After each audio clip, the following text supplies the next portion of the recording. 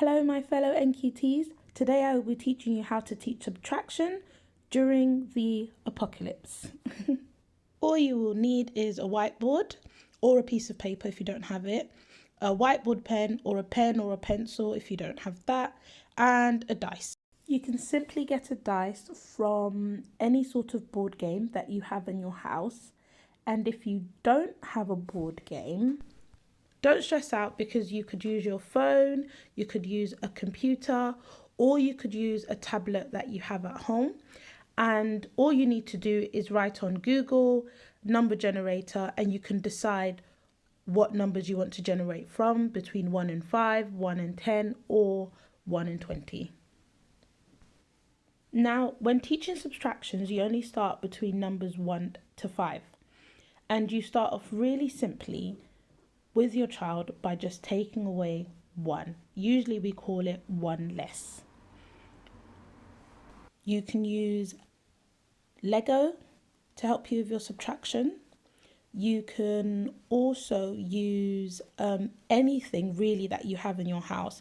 I just used the Monopoly houses that I had from my board game. So when you start subtraction, there is absolutely no writing. So don't write a number sentence, which is 3 take away 2 or whatever. I'm just writing as an example to show you, but you always start off with 5, take away 1. And you just say, I have 5 houses. If I take 1 away, how many do I have left? Get the child to count it and let them say 4. You can write those number sentences to show them what they mean, but I wouldn't. And keep doing this up until they sort of understand it and they can do it independently. Next stage is the child writing the number sentences themselves. This stage, it's really important to show them what the takeaway sign looks like and explain to them that subtract means to take away, just like you've been practicing previously when you were taking away 1. In this stage, you line up the resources that you have and get them to count how many you have. So over here, I've got 9 houses. It's really important that at this stage, you get the child to write down that they have 9 houses. As you can see in my example here, and I'm also using the symbol, the takeaway symbol. Now this is where the dice comes in handy. Count how many dots are on the dice and then take away that amount. Now, as soon as that's been taken away, write down 5 equals. It's really important for the child to understand this step so they can see how the number sentence is built and why we are writing the numbers and the symbols. After that, get them to count the remaining houses and then write number 4. 9 take away 5 equals 4. And you can repeat this with different sentences.